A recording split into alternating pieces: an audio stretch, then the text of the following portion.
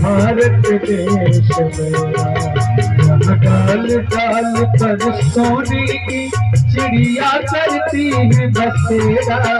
वो भारत देश मेरा, वो भारत देश मेरा। जब सत्य अहिंसा और धर्म का पग पग लगता डेरा। वो भारत देश मेरा, वो भारत देश मेरा। ताल ताल पर सोने की चिड़िया करती है बसेरा। वो भारत देश मेरा, वो भारत देश मेरा, वो भारत देश मेरा, वो भारत देश मेरा, वो भारत देश मेरा, वो भारत देश मेरा, वो भारत देश मेरा, वो भारत देश मेरा। बोली भारत माता की जय हो। इस प्रकार से भारतवर्ष की महिमा के विषय में बताते हैं। और भारतवर्ष की महिमा के विषय में बताने के बाद में श्री सुखदेव जी महाराज से राजा परीक्षित ने प्रश्न किया था भारतवर्ष की महिमा के विषय में। और राजा परीक्षित ने भारतवर्ष की महिमा के बारे में श्रवण करके बड़े ही आनंदित होते हैं। और उन्होंने प्रश्न किया कि गुरुदेव, अब थोड़ा सा नरकों के बारे में आप मुझे बता दीजिए। कहते हैं श्रीमद् भागवत महापुराण में जो ये नरक है ना, 28 प्रकार के जो नरक बताए गए हैं, इन नरकों के विषय में बताते हैं कि तत्र हैके नरकानेक विंशतिः गणयन्ति रूप लक्षण तो अनुक्रमस्यामिस्रो अंधतामिस्रो रौरवो महारौरवो कुंभीपाक कालसूत्र मसित प्रवणम। ये 27 प्रकार के नरक बताए गए हैं। इनमें बताया गया है जो रौरव नाम का जो नरक है, जब यहाँ पर किसी की मृत्यु होती है, जब यहाँ पर किसी की मृत्यु होती है और जो व्यक्ति यहाँ एक दूसरे से घृणा करते हैं ना, जो व्यक्ति यहाँ पर एक दूसरे से घृणा करते हैं, उनको रौरव नामक जो है नरक में ले जाया जाता है। और उस रौरव नामक नरक में क्या होता है? रौरव नामक नरक पर वहां पर जंगल, जिस जंगल से लेकर के जाते, उस जंगल में जो वृक्ष होते हैं ना, उन वृक्षों के जो पत्ते होते हैं, वो पत्ते जो है तलवार के जैसे होते हैं। वो वृक्ष के पत्ते तलवार के जैसे होते हैं और उसी में उस व्यक्ति को लेकर के दौड़ाते हैं जो इस मृत्युलोक पर एक दूसरे से घृणा करते हैं, ऐसे व्यक्ति को।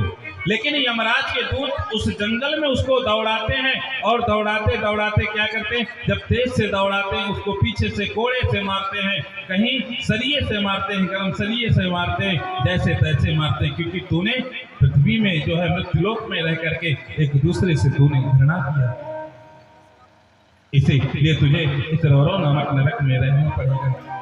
कहते हैं उस व्यक्ति के जो है शरीर कट जाते हैं, लेकिन फिर भी उसकी मृत्यु नहीं होती और यमराज के दूत फिर भी उसे कोड़े से मार रहे हैं और मार मार करके उसको ले जाते हैं। अंत में यमराज के सामने उपस्थित करते हैं। कहते हैं कि कुंभी पाक नरक होता है। कुंभी पाक नरक, कुंभी पाक नरक की स्थिति क्या है? एक बार प्रेम से बोलिए राधे राधे। थोड़ा बोल दिया करो, बोलने में कोई पैसा तो लग नहीं रहा आपका। सभी लोग भगवान का नाम ही बुलवा रहे हैं। एक बार प्रेम से बोलिए राधे राधे। अब कुछ आवाज सुनाइए। कहते जो कुंभी पाक नरक होता है ना, उस कुंभी पाक नरक में क्या होता है, जो व्यक्ति यहाँ पर हिंसा करते हैं, जो व्यक्ति यहाँ पर हिंसा करते हैं, जो व्यक्ति यहाँ पर ये बकरी हो गए जानवरों को मार करके खा जाते हैं ना, ऐसे व्यक्तियों के लिए यमराज के दूत वहां पर क्या करते हैं? यमराज के दूत वहां पर एक बहुत बड़ा जो है कड़ाह होता है और उस कड़ाह के नीचे जो है अग्नि धधका करती है और उस कड़ाह में तेल पड़ा रहता है। छोटा मोटा कड़ाह नहीं रहता, जितना बड़ा ये आपका गांव है ना, इतना बड़ा कड़ाह रहता है और उसमें तेल पड़ा रहता है। जब व्यक्ति जाता है ना, जो व्यक्ति यहाँ पर हिंसा करता है और हिंसा करने के बाद में जैसे ही वहां पहुंचता क्या होता है, यमराज के दूत कहते हैं आओ बेटा, धरती में तुमने बहुत हिंसा किया, बहुत जानवरों को तूने सताया, बहुत पक्षियों को तू मार गया, इस तरह से समझाते हैं। और समझाने के बाद में दो यमराज के दूत उसको पकड़ते हैं और पकड़ करके क्या करते हैं, उसी कड़ाह में झोंक देते हैं।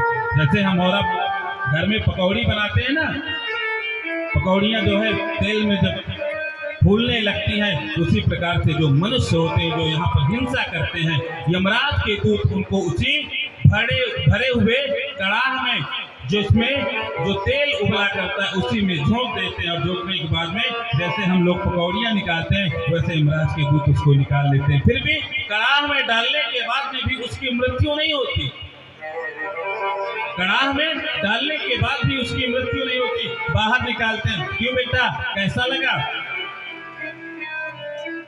अब दूसरी बार जाएगा तो मृत्युलोक में मनुष्य बन करके क्या ऐसी हिंसा करेगा? ना ना, मैं नहीं करूंगा, मैं नहीं करूंगा। यमराज के दूत कहते नहीं, तू अभी करेगा।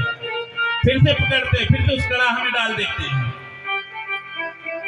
बार बार पकड़ते हैं और बार बार डाल देते हैं। इस प्रकार से 28 प्रकार के नरक बताए गए हैं। कुछ जो लोग यहाँ पर अनावश्यक लड़ाई झगड़ा करते हैं उनके लिए क्या होता है, तपता हुआ जो बालुका होती है।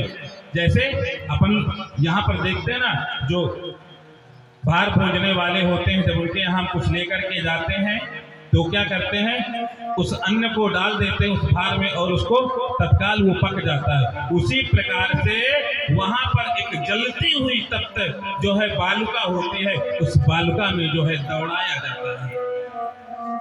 और बालुका में जब दौड़ाया जाता है तो आप लोग सोच सकते हैं कि उसमें क्या स्थिति होती होगी।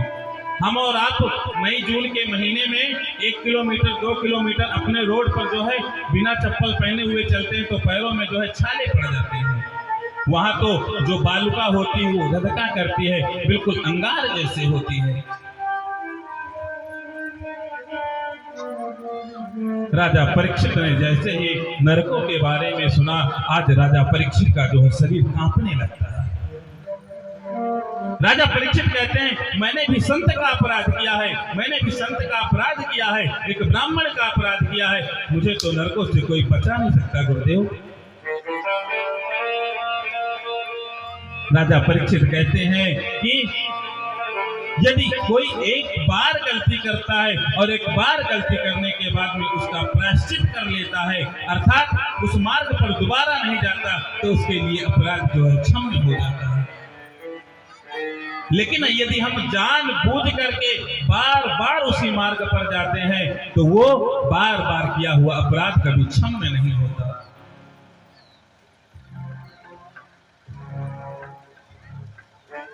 बार बार किया हुआ अपराध कभी क्षम्य नहीं होता।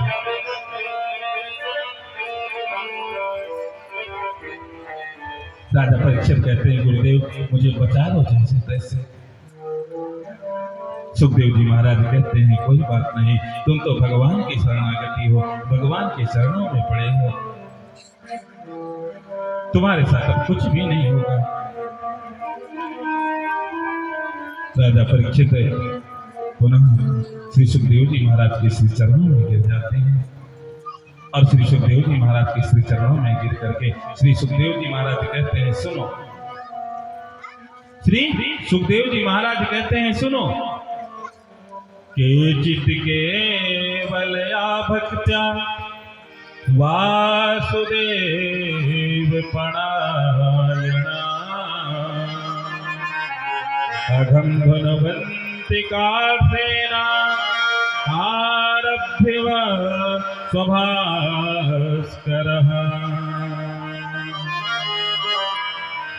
केचित् केवलया भक्त्या वासुदेव परायणः। यदि राजा परीक्षित तुमको कोई बचा सकता है तो परम प्रभु परमात्मा श्री वासुदेव के नाम का उच्चारण वासुदेव की शरणागति ही केवल आपको बचा सकती है, अन्यथा तुम्हें कुछ भी नहीं बचा सकता। उसी समय राजा परीक्षित ने श्री सुखदेव जी महाराज से प्रश्न किया कि क्या किसी ने परमात्मा के नाम का स्मरण करके क्या जो घोर दुष्ट व्यक्ति रहा हो, क्या कोई आज तक कोई बच पाया है? श्री सुखदेव जी महाराज कहते हैं अवश्य। एक बार प्रेम से बोलिए राधे राधे। इधर यहीं से पंचम स्कंध पूर्ण होता है और षष्ठ स्कंध में 19 अध्याय 851 श्लोक हैं और इसे पुष्टि कहा गया है। षष्ठ स्कंध में बड़ा सुंदर उपाख्यान आता है, जामिलो उपाख्यान। किन्वित मार्गा कथिता आदो भागवतो यथा क्रमयोगेन लभुदेना ब्राह्मणा पद संस्कृति। अजामिल उपाख्यान आता है। अजामिल जो था एक ब्राह्मण था। अजामिल नित्य क्रिया करता था, त्रिकाल संध्या करने वाला व्यक्ति था। सुबह शाम दोपहर में नित्य परम प्रभु परमात्मा का चिंतन करता, त्रिकाल संध्या करता। उसकी पत्नी भी थी, लेकिन कहते हैं ना, विनाश काले विपरीत बुद्धि। एक दिन वो जंगल की तरफ जाता है और जंगल की तरफ जाकर के वो क्या देखता है? जंगल की तरफ जाता है तो वहां पर एक गणिका को देखता है। एक गोरी चमड़ी को देख करके आज उसका मन फिसल जाता है। गणिका के पास में जाता है और गणिका के पास में जाकर के कहता है, मैं आपसे पाणी ग्रहण संस्कार करना चाहता हूं, अर्थात विवाह करना चाहता हूं। वो गणिका कहती है ठीक है, लेकिन मुझसे चलने से पहले आपके घर में जो कोई रहता है उसे आप बाहर कर दो। अजामिल कहता है ठीक है। अजामिल ने अपनी पत्नी को कहा, अब आप यहाँ से चली जाएं। गणिका को लेकर के आता है और गणिका को लेकर के आया। इधर जब प्रातः हुआ, प्रातः जब होता है, अजामिल स्नान करता है। स्नान करने के बाद में क्या करता है? हाथ में झोली माला लेकर के आसन लगा करके बैठ जाता है। गणिका आती है और गणिका आकर के हाथ से झोली और माला जो दोनों जो है छुड़ा लेती, छुड़ा करके दूर फेंक देती। क्यों? यदि तुम्हें माला ही जपना था, यदि भगवान का नाम ही लेना था, तो तुम हमें लेकर के क्यों आए हो? देवी मुझे क्या करना चाहिए? अरे मेरी आवश्यकताओं की आप पूर्ति करो। अजामिल धीरे धीरे उस अपनी पत्नी गणिका के कारण अब धीरे धीरे वो चोर और डाकू बनने लगा, क्योंकि गणिका के मन की इच्छाओं की पूर्ति करना। यदि मैंने उसकी इच्छाओं की पूर्ति नहीं की तो हो सकता है वो यहां से मेरे घर से चली जाए। अजामिल बार बार जाता है, चोरी करता है, चोरी करके लेकर के आता है, अपनी पत्नी को ला करके देता है। धीरे धीरे अजामिल बहुत बड़ा डाकू बन जाता है। और जब बहुत बड़ा ये डाकू बन जाता है,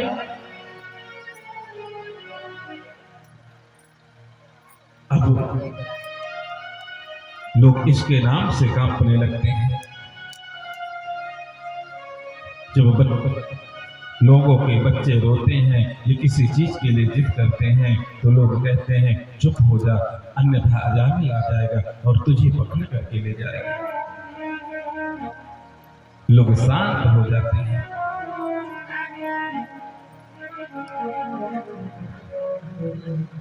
और जब लोग शांत हो जाते हैं, परमात्मा के नाम का स्मरण करने लगते हैं। देखिए, अजामिल कोई पूर्व से कोई इतना बड़ा डाकू नहीं था, इतना बड़ा दुष्ट नहीं था, ना तो उसके माँ के इतने सुंदर संस्कार थे। उसकी माँ सदा सर्वदा ये चाहती थी, उसकी माँ सदा सर्वदा ये चाहती थी कि हमारा पुत्र अच्छे संस्कारवान हो, अच्छे संस्कारों को उसको प्राप्ति हो। कभी भी उसकी माँ ये नहीं चाहती थी, और उसने संस्कार दिए भी। नित्य प्रति उठ करके अजामिल परमात्मा के नाम का स्मरण कर रहा है।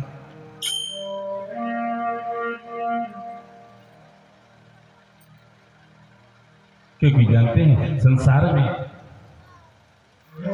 में माताओं का स्थान कैसे दिया गया है। जब माँ का हृदय सदा सर्वदा अपने उज्जवल भविष्य के लिए, अपने बच्चों के उज्जवल भविष्य के लिए, उनके कल्याण के लिए सदा सर्वदा अपने आंचल को बिछाई हुई माताएं अपने पुत्र की सदा सर्वदा रक्षा करती हैं। देखिए, आपने देखा होगा, क्योंकि हम और आप सब एक जैसे होते। जब बच्चे की शादी होने वाली होती तो क्या होता है, जब बच्चे की शादी होने वाली होती, अपने यहाँ दहेज बहुत चलता है ना। जब बच्चे की शादी होने वाली होती है तो बच्चे का पिता क्या चाहता है कि हमें बहुत सारा धन मिल जाए, हमें बहुत सारा धन मिल जाए। लेकिन कभी भी जो पुत्र होता, उसकी माँ कभी भी ये नहीं सोचती कि हमें धन मिल जाए या कुछ मिल जाए। वो तो केवल एक ही बात सोचती है, क्या, कि मुझे बहुत सुंदर मिल जाए, कि मुझे बहुत सुंदर मिल जाए, और मुझे धन दौलत से कोई आवश्यकता नहीं। लेकिन जो लड़के के पिता होते हैं ना, और पिता के साथ साथ में जो और उसके सगे संबंधी होते हैं ना, सोचते हैं जितना ले सकते हो ले लो। इसी तरह मैं आपको एक बात बताऊं, मुझे एक बात याद आ गई। एक बार क्या होता है कि एक लड़के की शादी होने वाली थी, और जब लड़के की शादी होने वाली थी, लड़के की माँ अर्थात बहू की होने वाली सास अपनी बहू को देखने के लिए जाती है। और जब बहू को देखने के लिए जाती है ना, तो सास तो सास होती है, सास तो सास होती है। घर में आने के बाद में कुछ हो ना हो, लेकिन जब पहुंचेंगी ना लड़की देखने के लिए, तो उससे नाना प्रकार के प्रश्न करेंगी। तुम्हें सिलाई करना आता है कि नहीं, तुम्हें बुनाई करना आता है कि नहीं आता, तुम्हें खाना बनाना आता है कि नहीं आता। देखिए, घर में आने के बाद में जो मैं देखता हूँ, अक्सर हर घर में मैं देखता हूँ कि जब लड़की की शादी होती है तो लड़की के जो माता पिता होते हैं या उसके जो रिश्तेदार होते हैं, वो मशीन, कपड़ा सिलने वाली मशीन जरूर देते हैं। लेकिन मैं हर जगह देखता हूँ कि वो मशीन ताड़ पर ले जा करके रख दी जाती है, और धीरे धीरे वो मशीन में जंग लग जाता है। लेकिन जब सास पहुँचते हैं ना, तो सास सुंदर बड़ा सा बैग लेकर के, और बड़ा सा बैग लेकर के सुंदर सज धज करके, साड़ी पहन करके, और सास और होने वाली बहू के पास में पहुंचते हैं। बहू से कहते, क्यों, सिलाई आती है? अब वो करे तो क्या करे बेचारी, हाँ, मोड़ हिला रही है। लेकिन एक जो सास गई थी अपने बहू को देखने के लिए, उसने पूछा कि तुम्हें किचन में कुछ आता है कि नहीं आता। तब होने वाली बहू ने कहा, हाँ सासू माँ, आता है। सास ने कहा, क्या आता? कहा, मुझे चक्कर आता है किचन में। कहा, अच्छा, किचन में कैसे चक्कर आता? कहा, जब भी मैं कुछ गैस जलाती हूँ ना, वैसे मेरा जो है खुपड़ी जो है घूमने लगता है, मुझे ऐसे लगता है चुपचाप सो जाऊं। सासू माँ कहने लगी, ऐसी यदि बहू मिल जाएगी तो मैं भूखों मर जाऊंगी। कहा, अच्छा, कोई बात नहीं, शादी कर ली। और शादी करने के बाद में जब बहू घर आती है ना, एक दिन होता क्या है, उसने चावल पकाया, और चावल पका करके उसने क्या किया, जैसे ही सासू माँ को ले जा करके दिया, सासू माँ को ले जा करके दिया, सासू उस चावल को खा रही थी। खाते खाते होता क्या है, एक कंकड़ आ जाता है, और कंकड़ सासू माँ के दांत में फंस जाता है। सासू माँ ने तुरंत आवाज लगाई, बहू बहू। बहू अंदर से आती है, अंदर से आकर के बोली, क्या है माता जी बताइए, तुम्हें दिखाई नहीं देता? भगवान ने तुम्हें दो दो आंखें दी हैं, तुम्हें दिखाई नहीं देता? इस चावल में कंकड़ आ गए हैं।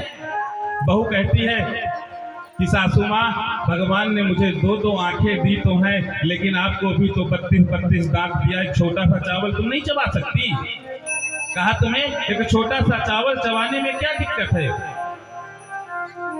तो माताओं का हृदय बड़ा ही निर्मल होता है, बड़ा ही सुंदर होता है, बड़ा ही स्वच्छ होता है। हर माता की इच्छा होती है, हर माँ की ही इच्छा होती है कि हमारा पुत्र सदा सर्वदा कल्याणकारी कार्यों में लगा रहे। तू कितनी अच्छी है, तू कितनी भोली है, प्यारी प्यारी है। ओ माँ,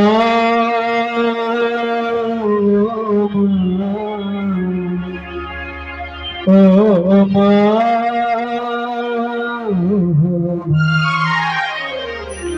तू कितनी अच्छी है, तू कितनी भोली है, प्यारी प्यारी है। ओ माँ,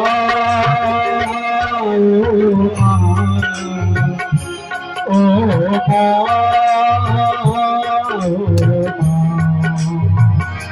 ये जो दुनिया है ये बन है कांटों पर, फुलवारी हो। ओ माँ,